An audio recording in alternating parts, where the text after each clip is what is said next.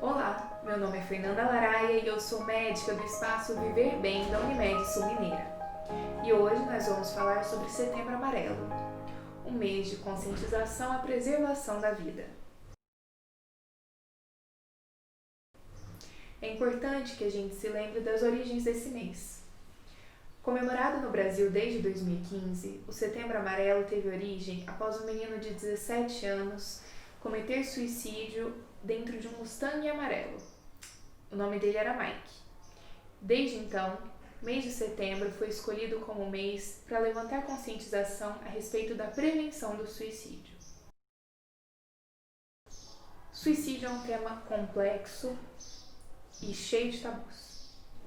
As pessoas acham que quando elas vão falar de suicídio, elas vão incentivar outras pessoas a cometerem suicídio ou vão funcionar como algum tipo de gatilho, mas é justamente o contrário. Todo tabu que envolve suicídio faz com que as pessoas tenham vergonha de conversar, ou medo, ou algum tipo de inibição de conversar sobre patologias mentais e sobre a maneira que elas se sentem. Inclusive é por isso que os homens tendem a se suicidar mais do que as mulheres, porque eles têm uma rede de apoio menos eficiente.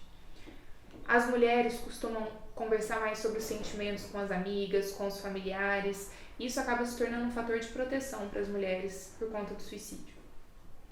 Então, no mês de Setembro Amarelo, o Centro de Valorização da Vida, que é o CVV, a Sociedade Brasileira de Psiquiatria, se unem para aumentar a conscientização e o foco nesse assunto que é tão importante. O suicídio é a principal causa de morte para jovens de 15 a 29 anos. No Brasil, a gente tem uma média de 32 suicídios por dia. Seria um suicídio a cerca de 40 minutos. É um número muito alto. No mundo, se a gente for levar em consideração números mundiais, isso cai para cerca de um suicídio a cada 40 segundos. E quando a gente leva em consideração que o assunto se trata de uma morte evitável e que as pessoas costumam dar sinais antes de cometer o suicídio, torna-se um assunto ainda mais sério. Este ano, com o contexto de coronavírus, as coisas se tornaram ainda mais delicadas. O isolamento e a falta de contato social e a pessoa às vezes ter muitos sentimentos e guardar para si acaba intensificando esses pensamentos que vão contra a vida. E é por isso que esse mês de setembro se torna ainda mais importante a gente conscientizar as pessoas. Então existem alguns mitos no que se refere ao suicídio. Existem pessoas que acham que o suicídio é limitado a quem tem algum tipo de patologia mental, o que não é verdade. Existem pessoas rígidas que, por conta de questões emocionais, pensamentos obsessivos, momentos de vida que passam, acabam considerando o suicídio como uma opção. Além disso, existem aqueles que acham que o suicídio é limitado a determinados contextos ou a determinadas faixas etárias. De fato, existe alguma vulnerabilidade. Idosos acima de 65 anos que moram sozinhos, pessoas que não têm filhos, usuários de drogas, pessoas marginalizadas, populações especiais como adolescentes, indígenas, moradores de rua, são mais suscetíveis a cometer suicídio. Mas o que diferencia essas populações de outras é o fato de ter uma rede de apoio. Quando a pessoa se sente aberta e confortável a discutir sobre o tema, a discutir de maneira aberta e sincera sobre o que sente, tem uma rede familiar, uma rede de amigos, uma rede de saúde na comunidade através de psicólogos ou médicos dispostos a ajudar, nós temos resultados mais interessantes. É por isso que nós contamos também com o CVV, o Centro de Valorização à Vida, onde ao discar o número 188, você conversa com voluntários. E existem muitas pessoas que acham que o suicídio está ligado a uma questão de impulso. A pessoa não planeja o suicídio, é um momento de estresse e ela efetua. E é justamente o contrário. Muitas pessoas que estão pensando em cometer suicídio têm um processo de planejamento e dão sinais. Outro mito importante ainda é quem não... As pessoas acham que a pessoa que ameaça se matar não teria coragem de fazer isso.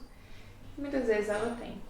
Então a gente não pode interpretar essas ameaças de suicídio como estratégias para chamar atenção ou levar assim a seriedade necessária.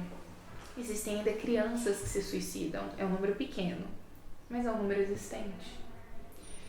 E o que nós podemos fazer nesse contexto é promover o diálogo sobre o suicídio, promover a saúde mental, que as pessoas consigam se entender, interpretar o que acontece com elas, digerir tudo isso, exteriorizar de uma maneira saudável, encaminhar as pessoas que possuem algum tipo de patologia mental predisponente ao suicídio ao cuidado adequado, manter-se atento a vítimas recentes de qualquer tipo de doença incapacitante, como por exemplo um AVC, um derrame, ou que tenha passado por alguma perda importante, seja no contexto familiar ou de trabalho, e fornecer esse apoio psicológico, esse apoio comunitário, não só emocionalmente para essa pessoa, mas socialmente, realmente formar uma rede que abrace cada indivíduo e nós fazemos a nossa parte em relação a outras pessoas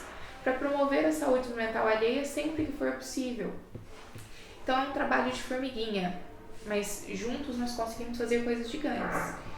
E esse mês, de tudo, se a gente puder levar uma mensagem, é fale. Fale sobre o que você sente, sobre o que você pensa. Construa uma rede de apoio. Se você não tiver essa rede disponível para que seja procurada, encontre pessoas ou no Centro de Valorização à Vida, gente disposta a te ouvir, porque isso pode salvar uma vida. Meu nome é Fernanda Laraia, eu sou médica do Espaço Viver Bem e essa foi nossa conversa sobre suicídio e sobre o Setembro Amarelo. Até a próxima!